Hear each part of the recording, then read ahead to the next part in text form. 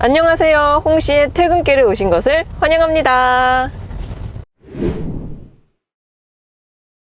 저는 D-올류 산타페 EWD 캘리그라피 차량을 시승 중이고요. 인승은 7인승입니다. 마침 또 바로 전방에 이렇게 쫙 속도를 낼 수 있는 구간이라서 조금 달려볼게요. 자, 이렇게 달릴 때에는 스포츠 모드. 근데 이게 드라이브 모드가 이 센터 쪽에만 있고 핸들 쪽에는 없거든요. 뭔가 약간 사용성이 살짝 불편합니다. 한번 이렇게 시선을 내렸다가 봐야 되니까 요건 살짝 불편한 것 같아요. 아무튼 이렇게 스포츠 모드로 갔을 경우에 반응감이 정말 빠릅니다. 제가 최초 시승회 때도 말씀을 드렸는데요. 스포츠 모드로 사용을 하게 되면 이 탑기어를 정말 아껴주고 있습니다. 근데 요거는 또 이제 주행 상황에 따라서 다르긴 한데 지금 또 이게 퇴근길이라서 진짜 엄청 막히거든요. 그래서 속도를 조금밖에 못 내서 그런지 금방 또 아까 6단 정도를 또 써버리네요. 요거는 이 다운시프트를 했다가 쭉 계속 항속할 때 탑기어를 아껴준다는 거지, 뭐 가다서다 왔다 갔다 하면은 이 스포츠 모드의 의미가 없어지는 것 같습니다. 제가 시승 중인 차량은 이 최초 시승회 때는 이 같은 트림의 같은 옵션이었는데 그때는 6인승이었거든요. 6인승이 옵션으로 한 104만원 정도가 되고 지금 제가 타고 있는 거는 7인승입니다. 7인승은 옵션가가 69만원인가 해요. 일단 저는 2열을 조금 더 중요시 여기신다면은 독립 시트가 들어가는 6인승이 좀 더 좋다라고 느껴집니다. 지금 이게 화면에 보일지 모르겠지만 이 뒷자리는 그냥 일반적인 시트거든요. 그냥 이렇게 붙어있는. 그래가지고 뭐 별다를 게 사실 없습니다. 그리고 독립 시트가 좋은 점이 뭐냐면은 중앙에 어차피 여기 중앙엔 잘 안 앉지 않아요? 아무튼 이게 5인승, 6인승, 7인승 이렇게 고를 수가 있는데 기본적으로는 5인승이 출고가 됩니다. 거기서 69만원을 추가하면은 3열 시트가 들어가고요. 거기서 104만원인가를 추가하면은 이 2열, 바로 뒷자리가 독립 시트로 바뀐다 라는 장점이 있는데요. 독립 시트가 아닐 경우에는 뭔가 똑같은 차체, 똑같은 전장, 전폭, 전고를 가진 차량이지만 뭔가 미묘하게 답답한 느낌이 있습니다. 이 신형 산타페가 정말 커지긴 했지만 막상 2열에 앉으면은 기존, 그러니까 더 뉴 산타페도 패밀리카로도 많이 타시는 만큼 정말 넓었거든요. 이게 더 뉴 산타페는 약간 디자인 호불호가 있어가지고 뭔가 성능이라든지 기능, 이런 만족감에 비해서 조금은 약간은 저평가된 차가 아닐까 싶습니다. 아무튼 더 뉴와 비교했을 때 이 D-올류를 탔을 때 2열의 느낌이 크지가 않아요. 요 독립 시트를 선택을 안 하셨을 경우에. 독립 시트는 뭔가 카니발을 탄 것 같다, 그런 느낌이 들어서 가장 좋았던 것 같습니다. 아무튼 제가 타고 있는 차량은 듀얼 선루프, 보스 프리미엄 사운드, 현대 스마트 센스, 그리고 파킹 어시스트, 뭐 기타 등등 사륜만 없는 상태입니다. AWD. 이 D-올류 산타페는 많이들 아시다시피 아웃도어, 차박, 차크닉, 뭔가 캠핑, 레저를 위해서 만든 차량 같잖아요. 그래서 실내 공간이라든지 뭐 실내 옵션들, 그런 것들을 좀 뭔가 차박 위주로 많이 만들어 놓은 것 같은데요. 이거는 이제 제가 궁금해갖고 개발자분께 여쭤봤는데 이 D-올류 산타페를 개발했을 배경이 그때 당시가 이제 코시국이었대요. 이제 코로나가 가장 좀 심했을 때 그때 한창 차박이 유행을 하기 시작했습니다. 그래서 이 D-올류 산타페도 뭔가 이 차크닉, 차박에 초점을 맞춰서 디자인과 옵션들을 넣었다고 하는데요. 사실 제가 이 D-올류 산타페를 일주일 동안 타고 다니면서 차박을 너무 하고 싶었습니다. 근데 시간상 차박을 하진 못했는데 진짜 그냥 딱 보더라도 이 차로는 캠핑을 갈만하다라고 그냥 바로 직감적으로 느껴져요. 일단 공간이 굉장히 잘 빠져 있고 특히나 차박을 할 때 가장 불편한 점이 바로 이 헤드룸, 이 머리 공간입니다. 머리 공간이 좁으면 좁을수록 차박의 퀄리티가 떨어져요. 불편하고 오늘 그냥 여기서 자지 말고 그냥 집으로 갈까 이런 고민이 들 때도 있는데 전고, 이 헤드룸이 높으면 높을수록 좀 편리하고 편안하다라고 느끼다 보니까 D-올류 산타페도 뭔가 이 차를 타고 차박을 갔을 때 정말 좋지 않나 이런 생각이 들고 있습니다. 저는 뭐 신형 산타페도 좋기도 하지만 기존의 4세대 TM도 뭐 괜찮다고 느꼈던 사람 중에 하나거든요. 근데 희한하게 4세대, 그러니까 산타페 TM은 2년 만에 바로 모델 변경이 되었어요. 그리고 바로 이전 모델이죠. 더 뉴 산타페도 3년 만에 변경이 되었어요. 그러니까 뭔가 다른 차종에 비해서 풀체인지와 페이스리프트가 조금 빨리 진행이 되지 않았나 그런 느낌이 들고 있습니다. 특히 이제 더 뉴 산타페는 그때 뭐 플랫폼도 바꾸고 파워트레인도 바꾸고 그래서 그만큼 가격이 많이 오르긴 했지만 진짜 그냥 상품성 자체는 정말 좋다고 느껴졌거든요. 근데 이제 많이들 아시다시피 그 전면부의 디자인이 호불호가 굉장히 강했었다 보니까 그때 무슨 뭐 마스크 에디션 그런 별명도 있었더라고요. 그래가지고 뭔가 제 예상으로는 빨리 이런 세대 변경을 하지 않았나 싶습니다. 자동차는 뭐 성능이 좋고 좋은 옵션들이 들어가더라도 디자인을 솔직히 무시를 할 수는 없는 것 같아요. 일단 예뻐야지 관심이 가기 때문에. 그래서 이 외관 디자인도 차량을 구매할 때 굉장히 중요한 요소 중 하나가 되고 있는 것 같습니다. 제가 시승 중인 차량의 외장 컬러는 마그네틱 그레이 메탈릭이고요. 실내는 블랙 컬러입니다. 뭔가 약간 아재픽의 느낌이 나긴 하지만 나쁘지 않습니다. 나쁘지 않아요. 근데 다만 이제 가장 인기가 있을 것으로 예상이 되는 화이트 컬러는 추가금이 8만 원이 붙습니다. 이 현대기아차가 언제부턴가 화이트 바디를 선택을 하게 되면은 추가금으로 8만 원을 받더라고요. 딱히 화이트 컬러의 페인트가 단가가 비싸게 보이진 않는데 왜 추가로 받는지는 살짝 의문이 들고 있습니다. 그리고 이제 광고에서 많이 보셨던 얼씨브 뭔가요? 아무튼 외장 컬러 이름이 약간 어려운 것 같아요. 아무튼 약간의 갈색깔 무광 컬러 있잖아요. 제가 그게 기본 트림부터 선택을 할 수 있다라고 했는데 그거는 추가금 20만 원이 붙습니다. 디올류 산타페 무광 컬러는 그 브라운 컬러랑 화이트 컬러 이렇게 두 가지가 있는데요. 무광은 무조건 20만 원이 추가금으로 붙더라고요. 그래서 개인적으로 이 블랙잉크를 선택을 하게 되면은 요 무광 화이트 바디를 고를 수가 있거든요. 그러니까 제가 실차로 봤을 때 정말 예쁘다고 느꼈는데 무광은 사실 보기만 했을 때 예쁩니다. 막상 내가 타고 다닐 때에는 관리가 힘들고 또 이제 막 이렇게 막 고속주행 하다 보면은 막 돌박 날 때도 많잖아요. 그리고 뭐 주차하다 보면 약간 긁을 때도 많고 또 남이 뭔가 탁 쳐가지고 문콕이 날 때도 있고 아무튼 차는 타고 다니면 다닐수록 나도 모르는 스크래치, 돌빵 이런 것들이 계속 생길 수가 있습니다. 근데 이게 무광 컬러 같은 경우는 거기만 이렇게 복원을 하기가 굉장히 힘들다고 하더라고요. 가령 복원을 하더라도 원래 있었던 컬러랑 좀 안 맞는 경우가 많다고 합니다. 아니면은 거기만 복원했던 흔적이 티가 난다든지. 그래서 많이들 무광을 쉽게 선택을 못 하시는 것 같아요. 그리고 실내는 블랙이랑 브라운 그리고 아이보리 이렇게 세 가지를 고를 수가 있는데요. 뭐 가장 무난한 블랙이 가장 선택률이 높지 않을까라는 생각이 들고 있습니다. 지금 시승 중인 차량은 블랙 컬러기는 하지만 이게 캘리그라피 최고 트림이기 때문에 나파 가죽이 들어가요. 근데 이게 블랙 같은 경우는 인조 가죽, 천연 가죽, 나파 가죽 이렇게 세 가지를 고를 수가 있는데요. 셋 다 만져본 결과 뭔가 인조 가죽 하면은 더 빳빳하고 안 좋을 것 같잖아요. 근데 요즘 인조 가죽 퀄리티가 진짜 잘 나옵니다. 뭔가 약간 나파 가죽 느낌이 비스무리하게 나는 그런 촉감을 가지고 있어가지고 저는 기본 트림인 인조 가죽도 나쁘지 않다고 생각이 들더라고요. 그리고 천연 가죽 같은 경우는 천연이니까 당연히 부드럽다라고 생각이 들잖아요. 근데 실제로 만져보면은 그 거칠거칠한 표면이 있습니다. 뭔가 이제 그 가죽의 재질, 표면감 있잖아요. 사람으로 치면 지문? 이런 것들이 조금 와일드하게 느껴집니다. 그래서 금전적인 여유가 되신다면 사실 나파 가죽이 촉감으로서는 베스트고 최고긴 하지만 나는 좀 가성비로 탈 거다 그러면은 괜히 이제 이런 옵션 추가하셔가지고 천연 가죽 가시지 마시고 그냥 인조 가죽도 나쁘지가 않아요. 근데 나는 좀 밝은 컬러 아이보리나 아니면은 브라운 컬러를 선택을 하고 싶다 그러면 어쩔 수 없이 옵션이라든지 아니면 이제 트림을 높여야 되긴 하지만 저는 개인적으로 인조 가죽 나쁘지 않다고 생각을 하고 있습니다. 그리고 제가 이 산타페를 일주일 정도 타고 다니니까 승차감이 되게 좋구나 라고 느꼈습니다. 이제 보통의 승차감은 제가 이제 최초 시승할 때도 말씀을 드렸지만 디올류는 더 뉴에 비해서 정말 폭신폭신해지고 컴포트하고 부들부들해졌다 뭐 오버하면은 뭐 배를 탄 것 같다 라는 느낌이 든다고 말씀을 드렸는데요.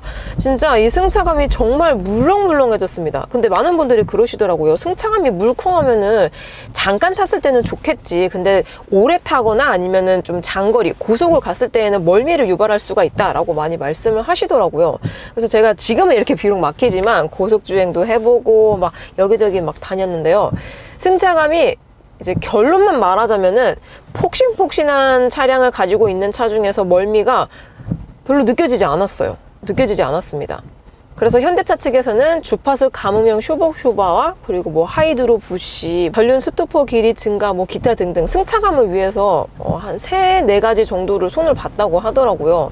근데 이 주파수 감음형 쇼버쇼바 자체가 큰 충격은 물렁하게, 자잘한 충격은 이제 잔여 진동을 가져갈 수 있기 때문에 요건 또 단단하게 세팅 값을 미리 이제 설정을 해 놓는 거예요. 그래서 지금처럼 뭔가 약간 크랙이 있는 곳에서는 이제 잔여 진동이 남을 수가 있잖아요. 이렇게 자자자자자하게. 요게 계속 진동되면은 멀미가 유발이 되거든요. 요거는 또 이제 탄탄하게 반응을 해요. 지금처럼 요런데. 근데 이제 방지턱이라든지 좀 큰 굴곡 있잖아요. 아니면은 뭔가 도로 포장이 잘못됐다고 싶을 정도로 약간 웨이브가 져 있는 그런 구간이 또 있습니다. 도로 포장을 여름에 하셨나 봐요. 아무튼 그런 데에 갔을 때에는 또 푹신하게 이 충격 감소를 해줘가지고 또 이제 중점을 잘 잡아줘요. 그래서 방지턱이라든지 웨이브 타는 구간은 이 최하점과 최상점의 이 중간을 잘 잡아야지 멀미가 안 나잖아요. 그래서 그런 구간에서는 또 비교적 이 중심점을 잘 잡아주고 있어가지고 오래 타거나 고속주행을 해도 멀미가 느껴지지는 않았습니다. 그리고 또 하나, 승차감이 물컹해지면은 고속으로 갈수록 뭔가 고속 지층성이 약간 불안해질 때가 많습니다. 근데 D-올류 산타페는 큰 키와 큰 덩치, 그리고 컴포트한 승차감을 가지고 있는데도 불구하고 고속에서의 그런 불안감이 크게 느껴지지는 않았어요.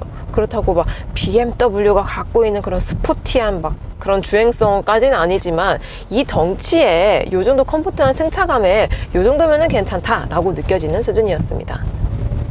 그래서 펀드라이빙이라든지 주행의 안정성, 민첩함 이런 것들을 바라시면은 사실 D-올류 산타페를 탔을 때 실망하시는 부분들이 있을 수가 있을 것 같아요.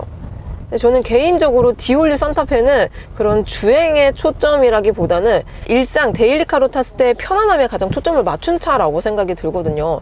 그래서 승차감도 편안하게 해놓고 가속감도 엄청 스포티하게 해놓지 않고 뭐 그러지 않았나 싶어요. 일단 뭐 넓은 공간, 이게 가장 큰 메리트다 보니까. 그래서 제가 최초 시승할 때도 그랬고 이제 팰리세이드, 바로 윗급이죠. 팰리세이드랑 비교를 하시는 분들이 많으십니다. 주행감 같은 경우는 사실 D-올류 산타페와 팰리세이드와 비교했을 때 비슷비슷하긴 합니다. 근데 가솔린 기준으로만 비교를 하자면 D-올류 산타페는 어차피 디젤이 안 나오기 때문에 가솔린 기준으로만 비교를 하자면 엔진 자체가 이제 다르잖아요. 워낙 얘는 터보 엔진의 2.5고 팰리세이드 같은 경우는 3.8의 자연흡기 엔진이다 보니까 그런 자연흡기와 터보의 특성도 다르고요. 또 이제 변속기도 얘는 DCT가 들어가 있지만 팰리세이드는 자동이 들어가 있습니다. 그래서 그런 변속의 느낌이라든지 기어의 단수 이런 것들도 다르고요. 또 이제 이런 다운시프트, 업시프트 해줄 때의 느낌도 살짝 다릅니다. 그래서 결과적으로 뭔가 넉넉하고 여유로운 걸 좋아하신다면 팰리세이드가 조금 더 잘 맞을 것 같아요. 대신 뭔가 가구소구 막히는 시내 구간 이런 데에서는 이 대배기량 자연흡기 엔진 특성인지 뭔지 모르겠는데 또 덩치가 크고 공차 중량도 무거워서 그런 것도 있겠지만 빠릿빠릿하기가 조금 힘이 듭니다. 그래서 오히려 지금처럼 이렇게 막히는 구간에서는 산타페가 더 낫다라고 생각이 들어요. 그래서 제가 타고 있는 이 차량은 4륜 옵션을 뺀 나머지 옵션들이 다 들어간 풀옵이라서 4,800만 원 정도가 됩니다. 너무너무 비싸죠. 그래서 저는 개인적으로 프레스티 트림에다가 현대 스마트 센스와 파킹 어시스트를 넣어가지고 4천만 원이 안 되는 3,990 얼마가 될 거예요. 아무튼 그러니까 4천만 원 이하로 끊으시는 게 제일 좋을 것 같아요. 그리고 제가 본편에서는 이 산타페의 영원한 라이벌인 더 뉴 소렌토와 비교를 했습니다. 실차를 가져올 수 있으면 비교 시승기까지 여러분들께 보여드리고 싶었는데 기아차는 구하기가 어렵네요. 아무튼 이제 산타페, 그러니까 국산 중형 SUV를 보신다면 산타페와 소렌토 진짜 엄청 고민이 많이 들 것 같아요. 그리고 실제로 제가 산다, 내가 구매자 입장이라고 생각을 하더라도 더 뉴 소렌토 같은 경우도 2023, 그러니까 바로 직전 버전에 비해서 한 185만 원 정도가 올랐고요. 초기형 MQ4에 비해서는 약 300만 원 정도가 올랐습니다.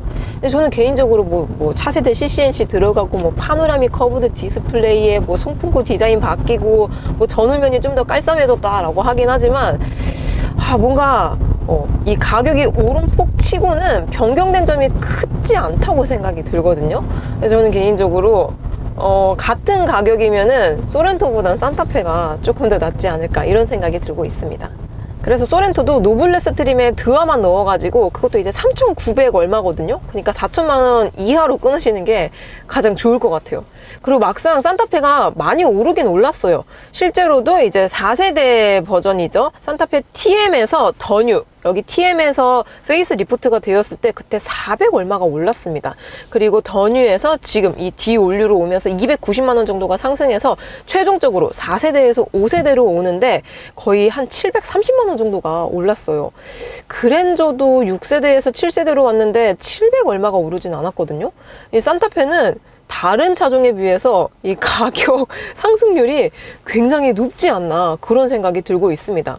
그래서 산타페가 비싸다 느껴질 수도 있겠지만 막상 또 이제 형제차인 소렌토랑 옵션을 비교해가지고 비슷하게 짜보니까 또 가격이 크게 비싸지는 또 않더라고요. 이 산타페가 조금 더 비싸긴 한데 그래봤자 100만 원 이하 정도더라고요. 그래서 저는 개인적으로 같은 가격이면은 산타페가 낫지 않을까 이런 생각이 들고 있습니다.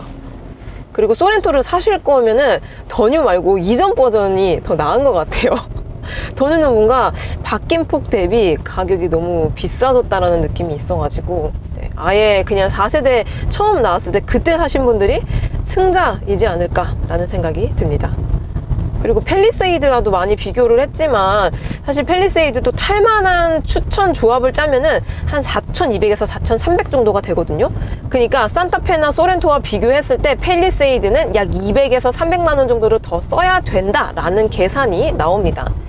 그래서 만약에 나는 공간을 가장 중요시 여긴다 하시면은 사실 팰리세이드가 최고죠. 팰리세이드가 최고입니다. 거기다가 고급성, 정숙성 이런 것들을 조금 더 추가하고 싶으시다면은 팰리세이드가 낫긴 한데 나는 뭐 적당하게 1, 2열 타협해서 탈 거다 하시는 분들은 산타페나 소렌토도 나쁘지 않은 것 같아요. 특히나 3열을 맨날 쓰신다면은 팰리세이드가 당연히 좋지만 3열을 가끔 쓸 거다 이러면은 소렌토보다는 산타페가 이 레그룸이라든지 헤드룸의 공간이 좀 더 넓거든요.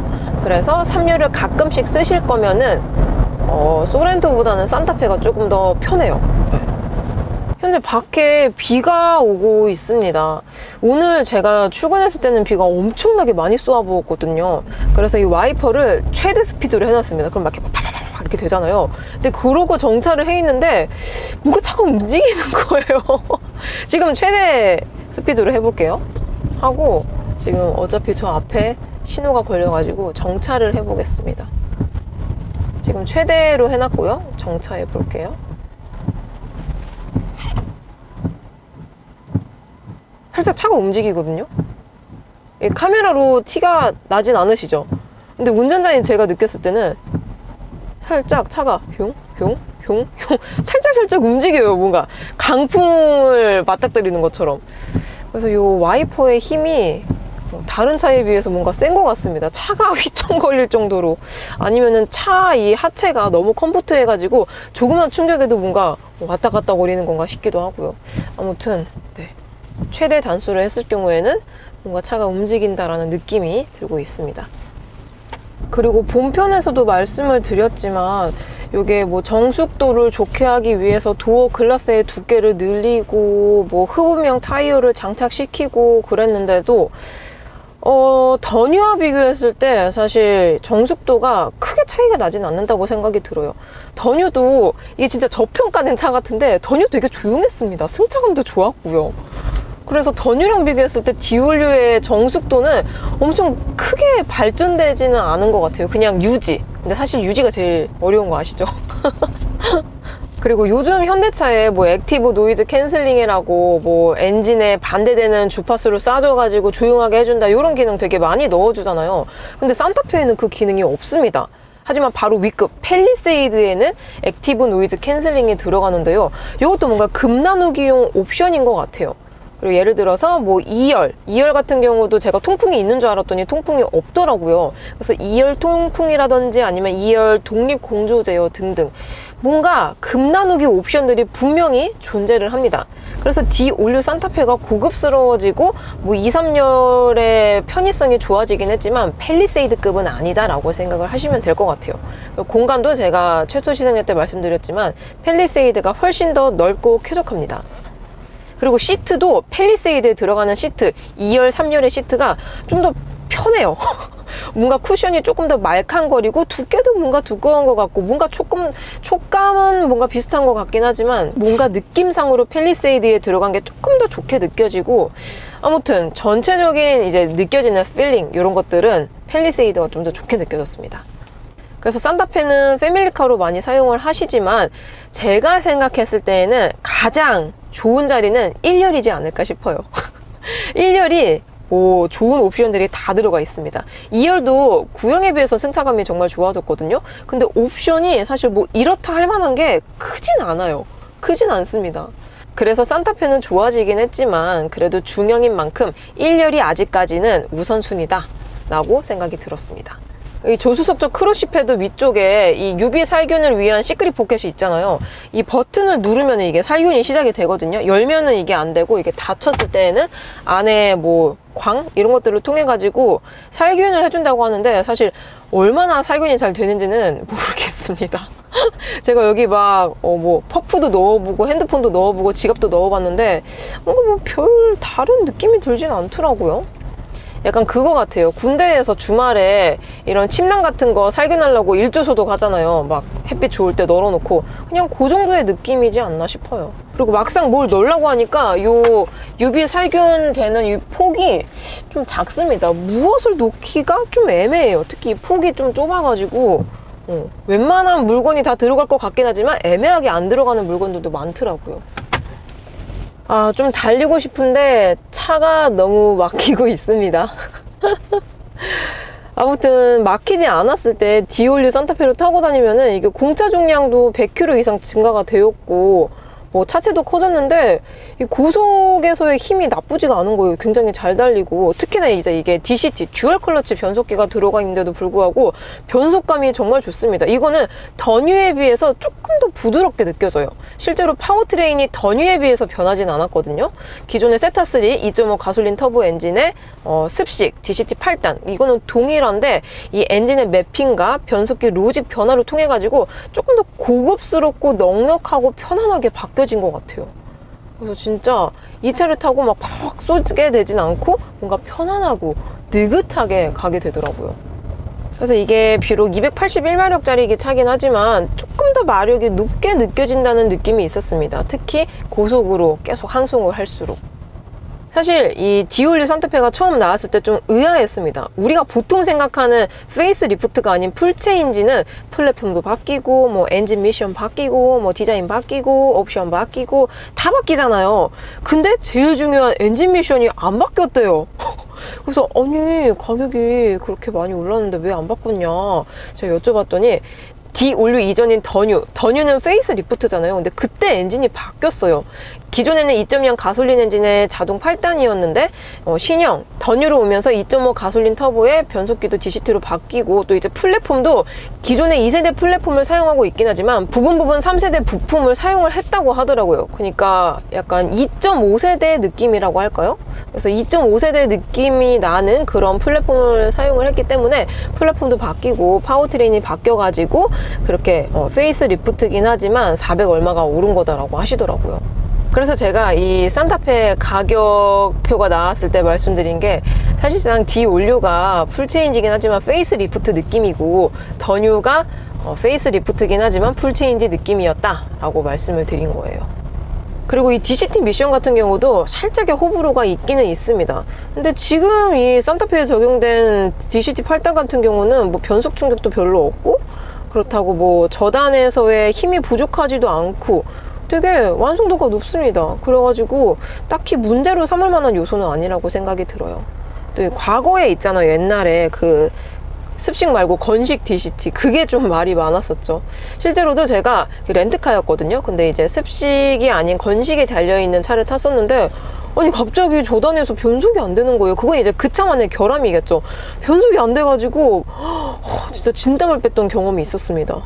분명 나는 자동 변속기 차를 타고 다니는데 내가 계속 이렇게 패드 시프트를 이용해서 업시프트를 해줘야 되고 업시프트 하면은 올라가서 그거를 유지를 해줘야 되는데 다시 또 다운 그레이드가 되더라고요. 자꾸 이제 킥다운이 계속 돼버리고 그래서 결국 그 차는 수리가 들어간 걸로 알고 있습니다. 아무튼 건식이 말이 많지만 습식 같은 경우는 이 클러치 마모도도 이제 습식 말 그대로 습한 거예요. 그 안에 유체가 있는 겁니다. 기름이 이렇게 계속 윤활을 하고 회전을 하면서 그렇게 되면은 마모도, 클러치의 마모도도 줄어들게 되고 또 이제 온도도 낮춰줄 수 있기 때문에 일석이조의 효과를 가져갈 수가 있죠. 근데 습식을 왜 안 넣냐면은 습식이 건식에 비해서 단가가 조금 비싸대요. 그리고 무게도 좀 무겁고. 그래서 초기에는 뭔가의 원가 절감을 위해서 아니면 경량화를 위해서 그렇게 건식을 사용하지 않았나 싶습니다. 지금 건식 들어가는 차들 거의 없죠. 그리고 요즘 현대기아차의 이 음성인식 기능, 요게 또 이제 나날이 발전했다는 생각이 들고 있습니다. 뭐 예를 들어서 뭐 내비 목적지 안내라든지 뭐 에어컨 켜줘 이런 것들은 다 됐지만 이 표준어가 아닌 말을 썼을 때에는 얘가 알아듣질 못하는 경우가 되게 많았거든요. 근데 지금 제가 이 통풍 시트를 1단계로 틀어놨습니다. 근데 이걸 이제 최강으로 한번 틀어보도록 해볼게요. 음성인식을 이용해서. 엉차 3단계로 켜줘. 통풍 시트를 3단으로 설정할게요. 대박이죠. 엉차는 표준어가 아니잖아요. 근데 이렇게 알아듣습니다. 그리고 2.5 가솔린 터보의 가장 중요한 실오너가 됐을 때 가장 중요한 연비, 지금 제가 시승 중인 EWD 21인치 기준으로는 복합 연비가 10km 정도가 나옵니다. 근데 제가 지금 거의 일주일 동안 타고 다닌 결과 연비가 6.9km가 나오고 있네요. 근데 저는 계속 막히는 길만 가서 그런 거일 수도 있는데 또 이제 고속주행을 할 때는 연비가 한 13까지 올라가더라고요. 하지만 저처럼 이렇게 막히는 이런 구간을 출퇴근카로 쓰신다면은 저처럼 이렇게 한 자릿수의 연비를 경험을 하실 것 같습니다.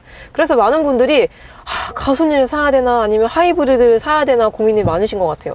근데 하이브리드 같은 경우는 거의 가솔린에 비해서 250에서 300 가까이 비싸기 때문에 또 이제 요 300만 원을 또 이제 차값을 상쇄하려면 몇 년을 타야 되지 몇 킬로를 타야 되지 요것도 이제 계산을 해야 되니까 또 이제 하이브리드 같은 경우는 부품이 추가가 되다 보니까 만약에 고장이 나거나 아니면은 그러면 안 되지만 사고가 났을 경우에 좀 단가가 일반적인 이런 가솔린 차에 비해서 조금 더 나오기 때문에 그런 것까지 감안을 한다면은 사실 걱정이 많이 될 것 같아요. 네.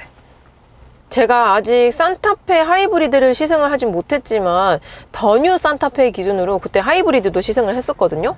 근데 연비가 거의 15? 17? 그 정도 나오더라고요. 막 진짜 발끝 주행 해가지고 막 신들린 현란한 발재간으로 계속 고속 주행을 했을 때에는 앞자리 2도 찍어봤습니다. 네. 뭐 신형 D 올려도 연비가 비슷하게 나오지 않을까 싶어요. 최초 시승회 때는 막 밟는 것만 여러분들께 보여드렸는데 오늘의 퇴근길은 진짜 말 그대로 비 오는 날의 퇴근길이라서 그런지 거의 차가 뭐 가다서다 네, 거북이처럼 가고 있네요. 이렇게 서울에 거주를 하면은 사실 뭐 마력 높은 차가 필요가 없는 것 같아요. 작고 저렴한 차가 최고인 것 같습니다. 유지비 덜 들고. 여러분들은 퇴근 중이신가요? 오늘 하루도 정말 수고 많으셨고요. 좋은 밤 되세요. 저는 그럼 다음 리뷰 때 뵙도록 하겠습니다. 그럼 안녕. 안녕.